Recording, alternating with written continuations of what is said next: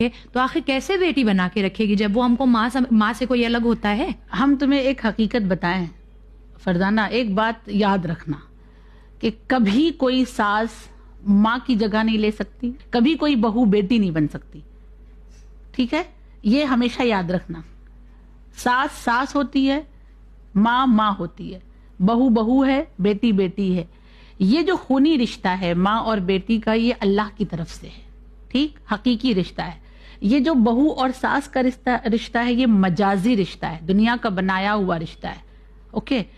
اس لیے جب ماں اور بیٹی میں ناراضگی ہوتی ہے، ماں جب ڈانٹتی ہے بیٹی کو تو برا نہیں لگتا ہے، بیٹی کو برا نہیں لگتا ہے۔ یہی تو بات ہے، تو جو بیٹی کو نہیں برا لگتا ہے بہو کو بھی نہیں لگنا چاہیے۔ تو کیونکہ وہ الہی رشتہ ہے، وہ حقیقی رشتہ ہے، یہاں مجازی رشتہ ہے۔ ادھر طلاق ہوا، ادھر سارے رشتے ختم ہو جاتے ہیں، وہاں رشتہ ختم ہونے والا نہیں، کسی صورت کوئی رشتہ ختم نہیں کر سکتا ہے۔ ماں اگر بیٹی کو ڈانٹ سکتی ہے، بیٹی کو برا نہیں لگے گا، 1 گھنٹے کے بعد وہ پھر ایک ہو جائیں گے۔ لیکن اگر بہو کو ساس ڈانٹ دے تب کیا ہوگا؟ ایک ہنگامہ کھڑا ہو جاتا ہے۔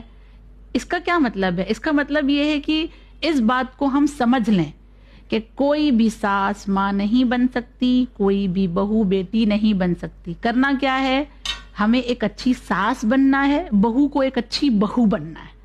یہ کانسیپٹ اگر ہم سمجھ لیں گے تو شاید ہمارے گھر کے حالات تھوڑے سے سکون والے ہو جائیں گے۔